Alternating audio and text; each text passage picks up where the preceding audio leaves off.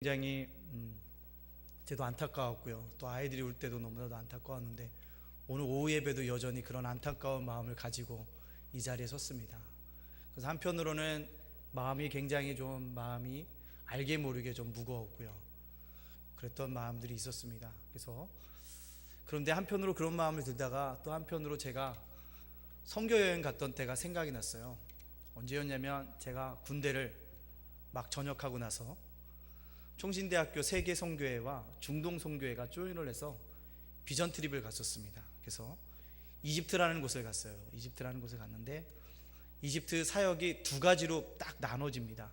하나는 흔히 말하는 엘리트 집단을 선교하는 그런 어떤 선교지와 빈민구를 선교하는 대로 딱 나눠져 있었어요.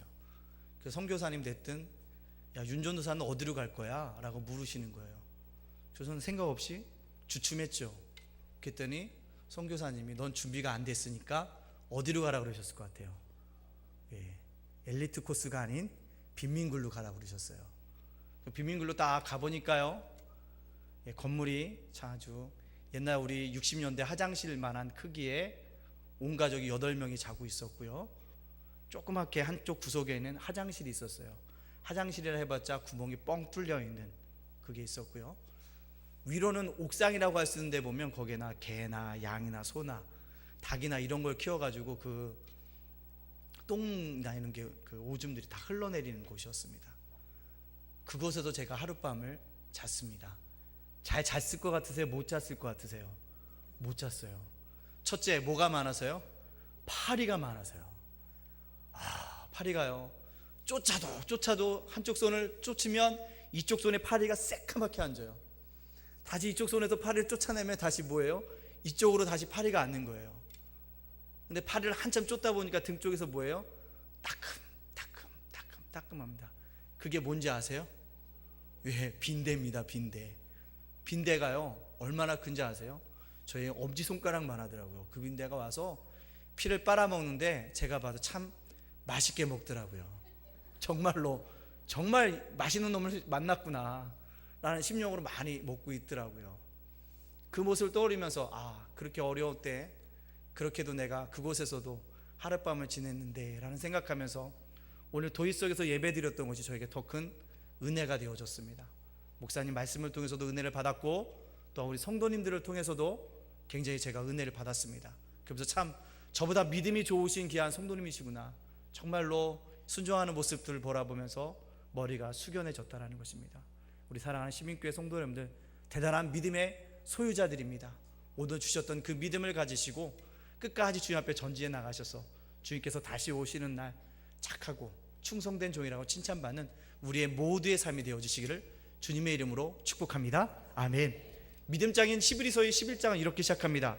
믿음은 바라는 것들의 실상이요 보지 못하는 것들의 증거다라고 얘기합니다. 하나님의 자녀들인 우리에게는 우리가 바라는 것들이 실상이 되어진다라고 얘기하고 있습니다. 그게 실상이 돼요. 우리가 바라는 것, 보이지 않지만 그것이 우리가 바랄 때 우리 앞에 보이는 것으로 드러난다는 말씀인 것입니다. 왜 그럴까요? 하나님이 우리의 믿음을 기뻐하시기 때문에 그렇습니다. 또한 우리 믿음에 아름다운 상을 주시기 때문에 실상으로 드러나게 되어진다는 것입니다. 히브리서 11장은 특별히 아벨로 시작해서 기생 라합까지 우리 믿음의 조상들을 우리가 삶을 통해서 이 사실들을 우리에게 분명하게 알려주고 있다는 것입니다. 그리고 난 뒤 히브리 기자는 오늘 본문에 다음과 같이 더 기록하고 있다는 거죠. 다시 한번 우리 본문에 있는 말씀 32절을 읽어볼까요? 시작.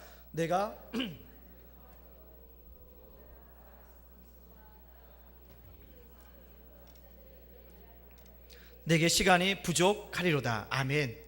히브리서를 지은 저자는 얘기합니다. 오늘 본문에 모두 몇 사람의 이름을 기록하고 있습니까? 몇 사람의 이름이죠? 이제 세셔야 되나요? 네, 몇 사람이죠?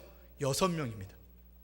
6사람의 이름을 언급하고 있다는 것입니다. 근데 기억할 것은요, 이 언급되어 있는 6명들도 우리와 똑같은 성정을 가진 사람들이라는 것입니다.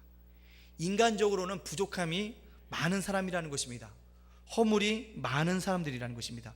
그럼에도 불구하고 오늘 본문에 그들의 이름이 기록된 이유가 무엇일까요? 바로 그들이 갖고 있는 믿음 때문이었다라는 것입니다. 하나님께서는 그들의 믿음을 기뻐하셨고 그들의 믿음에 아름답게 응답하셨다는 것입니다. 사실 우리도 마찬가지 아닙니까? 우리 참으로 많이 부족합니다. 남을 보면 허물이 많이 보이지만 나 자신 또한 남에게 허물을 많이 보여주는 사람이 우리들이라는 것입니다. 그러나 우리가 믿음으로 하나님 앞에 나아갈 때 하나님은 우리의 과거를 탓하지 아니하십니다. 우리의 부족과 허물을 들추어내지 아니하신다는 것입니다. 하나님은 오직 우리의 믿음을 보시고 기뻐하시며 우리를 믿음의 사람으로 인정하신다는 것입니다. 오늘 우리는 6사람 가운데 기록된 순서대로 앞에 나오는 2사람의 믿음을 살펴보면서 하나님께서 우리에게 베푸시는 은혜를 함께 본문을 통해서 나누고자 합니다. 나의 나된 것은 하나님의 은혜로 된 것이라는 사도의 바울의 고백처럼 우리가 이 귀한 믿음, 오늘 등장하는 사람들의 이 귀한 믿음을 소유함으로 말미암아 내가 오늘 이 자리에 온 것도 하나님의 전적인 은혜라고 고백할 수 있는 귀한 밤이 되어지기를 간절히 바랍니다. 첫 번째로는요, 우리 기드온에 대해서 살펴보도록 하겠습니다. 자, 기드온은 이스라엘의 사사였습니다. 사사기에 총 몇 명의 사사가 등장합니까? 12명의 사사가 등장하죠. 그 중에 기브온은 몇 번째 사사로 등장합니까? 5번째 사사로 등장한다는 것입니다. 기드온은 12명의 사사 중에서 제일 길게 설명되어져 있는 사사라는 것입니다. 우리가 잘 알고 있는 대로 기드온의 몇 명의 용사요? 300명의 용사가 미디안 연합군 몇 명이요? 13만 5천 명과 싸우는 그것들을 주도적으로 이끌었던 사람인 것을 우리가 알 수가 있습니다. 근데 그가 어떻게 그 전쟁에서 이길 수 있었습니까? 승리했던 비결은 무엇입니까?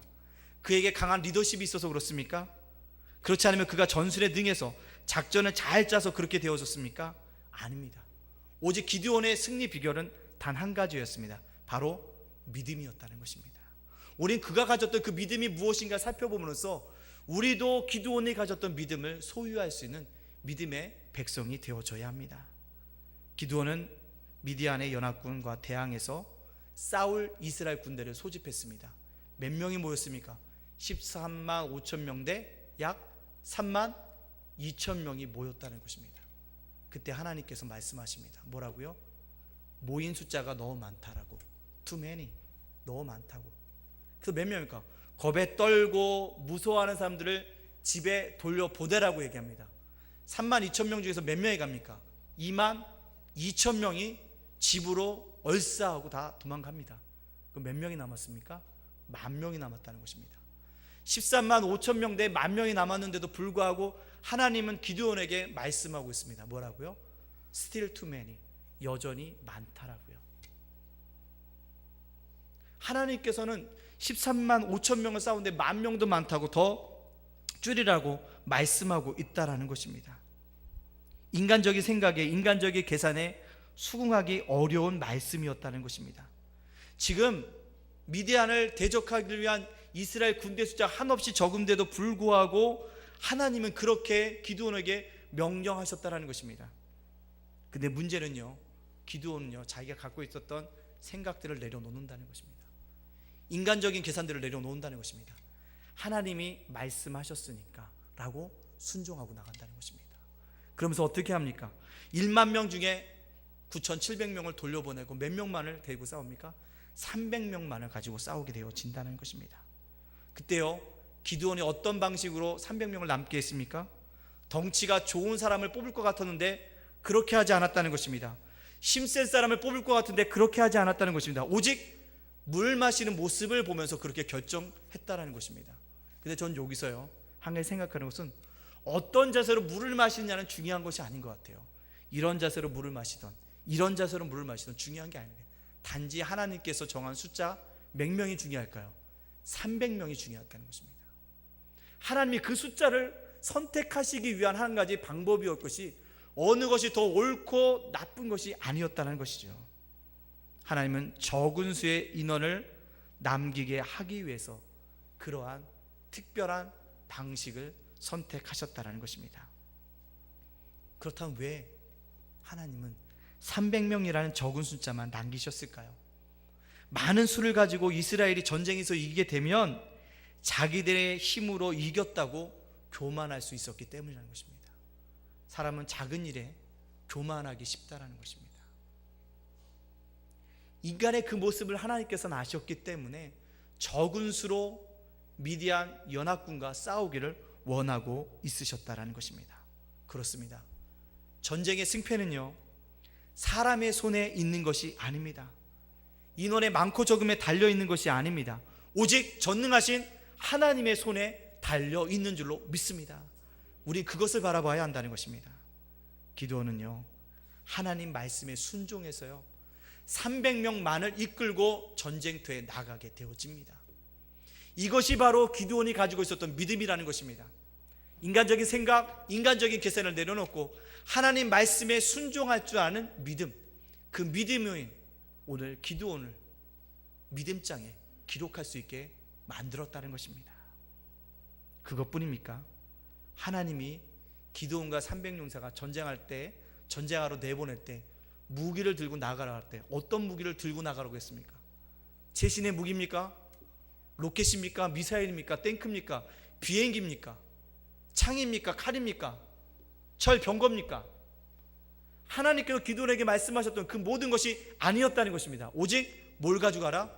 빈 항아리를 들고 가라. 그리고 그 속에 뭘 들어라? 횃불을 넣어라. 그리고 뭘 들어라? 나팔을 들라라고 말씀하셨다는 것입니다. 미디안 연합군과 전쟁을 하러 나가는데 창과 방패와 활이나 이런 것을 들고 나가야 됨에도 불구하고 하나님은 그것을 기드온에게 요구하지 않으셨다는 것입니다. 항아리를 들어라. 그 속에 감추어진 횃불을 들어라. 나팔을 들어라 라는 것이 전부였다는 것입니다. 이것만 가지고 싸움터로 나간다는 것, 정말로 무모한 짓이라는 것입니다. 어리석은 일이라는 것입니다. 그럼에도 불구하고 기드온은 하나님 말씀에 순종하고 나갔다는 것입니다. 기드온과 300명의 용사에게 주어진 것은 그것뿐이었다는 것이죠. 빈 항아리와 그 속에 든 횃불과 나팔뿐이었다는 것입니다. 기드온과 300용사들은요 밤중에 세 대로 나누어서 미디안 진영을 에워쌉니다. 때가 되었을 때 신호에 따라서 일제히 항아리를 깨트립니다. 그리고 감추었던 횃불들을 높이 듭니다.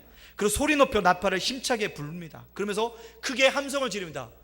여호와와 기드온의 칼이여 라고 외쳤을 때 잠자고 있던 미디안 연합군들에게 서로 간에 죽이고 죽이는 그러한 상황들이 그 진지 안에서 일어나게 되어진다는 것입니다. 서로가 적인 줄 알고 오인하고 칼로 죽이기 시작했다는 것입니다. 기드온과 300용사들은 적과 한번 맞붙어 싸우지도 않고 큰 승리를 거두게 되어졌다는 것이죠. 이것이 바로 기드온의 믿음이었다는 것입니다. 우리가 믿음을 가지고 이 땅을 살아간다고 합니다. 그러나 우리에게 조금만 문제가 우리에게 닥쳐오면 우리는 주저앉는다는 것입니다. 그리고 인간적인 생각을 하고 인간적인 계산을 두르고 있다는 것입니다. 하나님 말씀은 분명히 선포되어졌을 때 그 말씀에 순종해야 함에도 불구하고 순종하지 못할 때가 너무나도 많다는 것입니다. 그러나 오늘 우리가 이 기드온의 믿음을 따라서 우리는 인간적인 생각이 아니라 인간적인 계산이 아니라 하나님 말씀에 순종함으로 말미암아 우리의 가진 믿음을 드러낼 수 있는 믿음의 사람으로 이 땅 속에서 살아가시는 저와 여러분이 되어지기를 간절히 소원합니다. 6.25 때 한 소대장이 외쳤다고 합니다. 수구레 수구레. 수구레 뜻이 뭡니까? 엎드리란 뜻입니다. 경상도 말로 수구레 뜻이 엎드리란 뜻입니다. 수구레 수구레.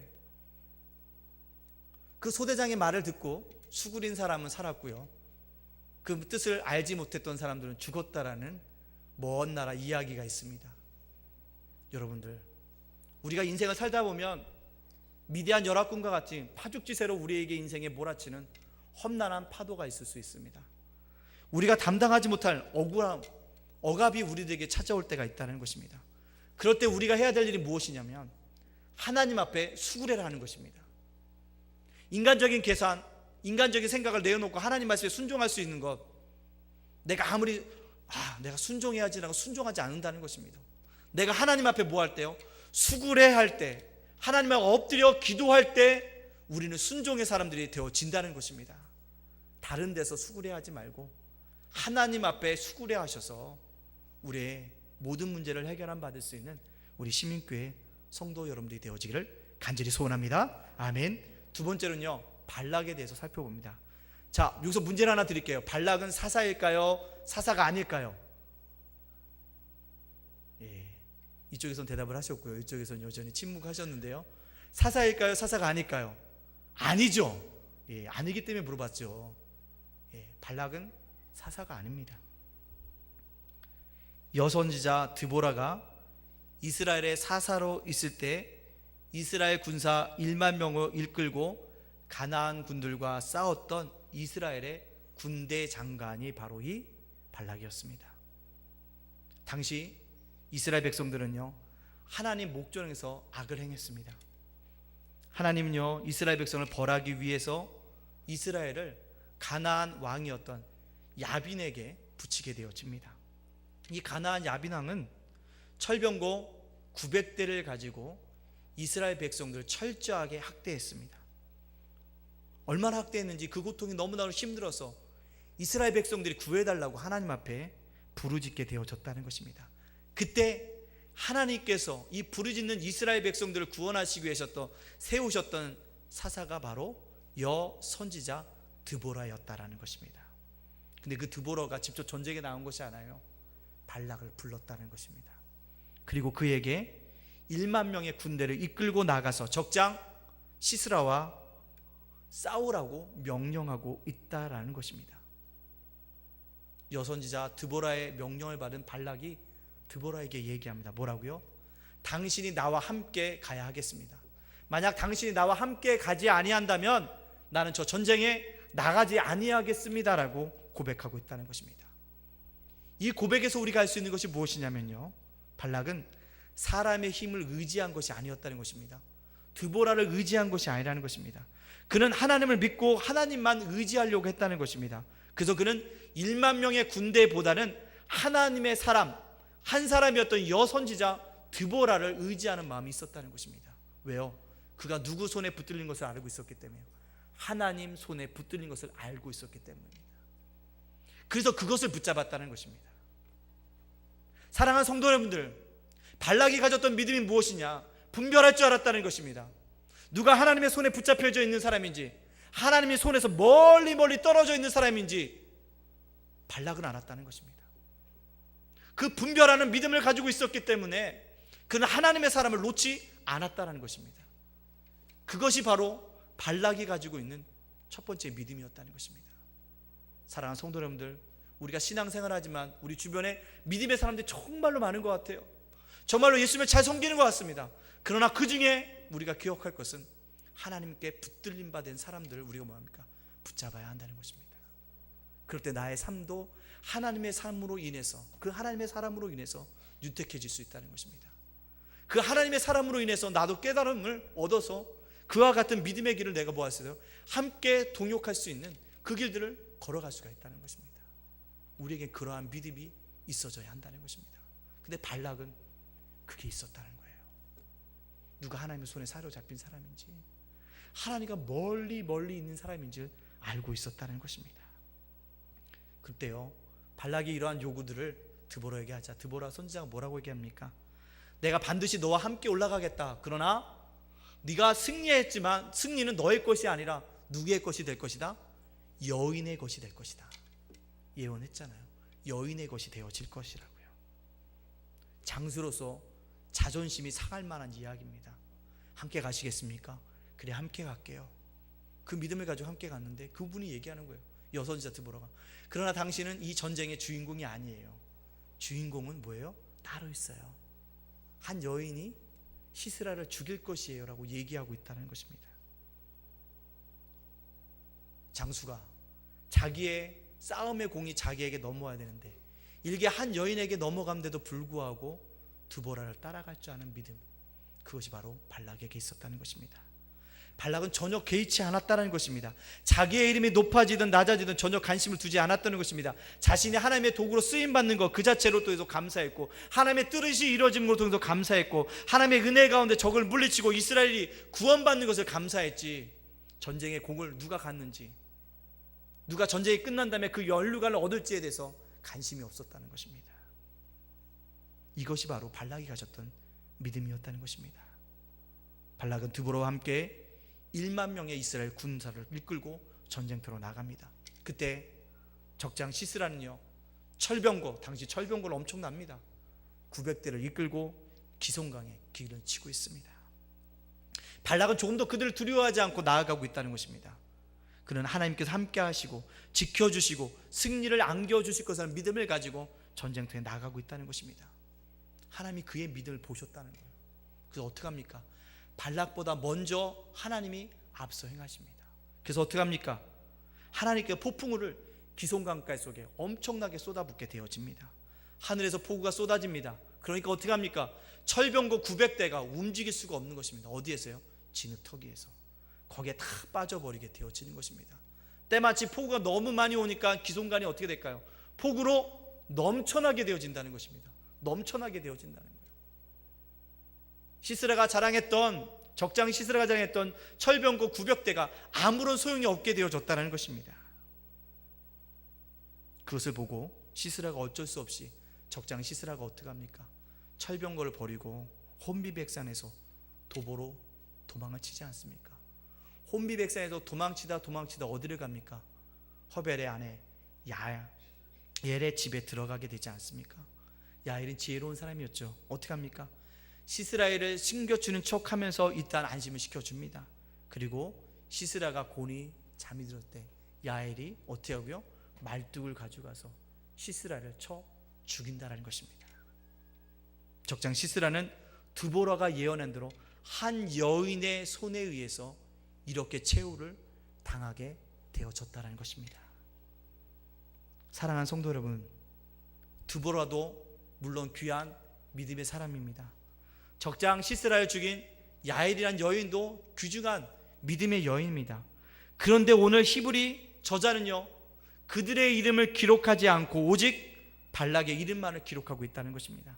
왜 그럴까요? 그들의 믿음도 중요했지만 발락의 믿음이 더 뭐했기 때문에요? 위대해 보였기 때문입니다.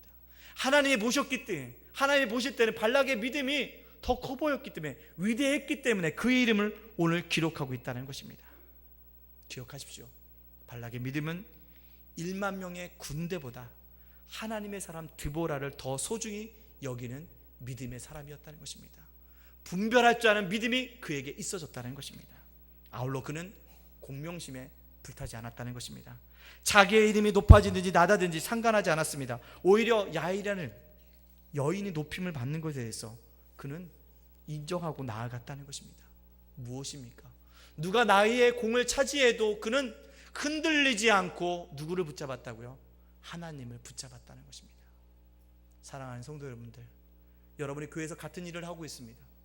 어떤 같은 사역들을 하고 있어요. 근데 어떤 사람은 칭찬을 받습니다. 근데 자신은 칭찬을 받지 못해요. 그럼 우리 당연히 뭐에 빠질까요? 시험에 든다는 것이죠.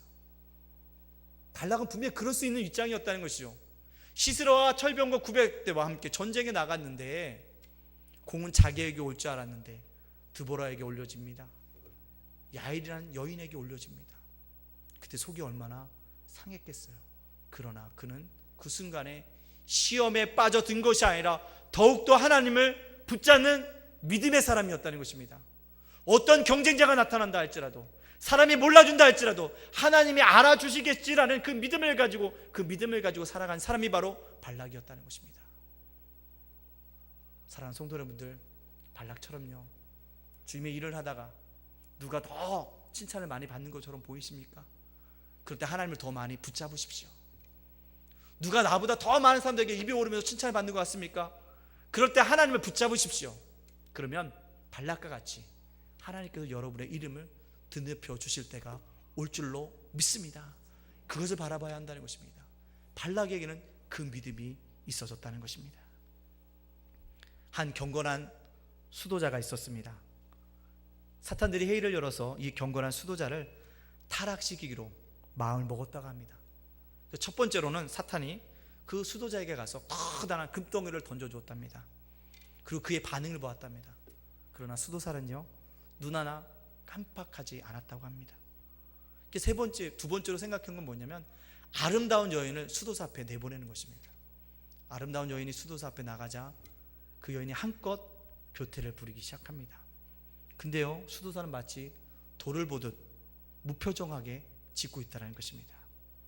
그래서 이번에 사탄은 좀 더 강력한 무기를 동원했습니다. 무엇입니까? 사탄의 마음에 의심이라는 씨앗을 심으며 속삭였다고 합니다.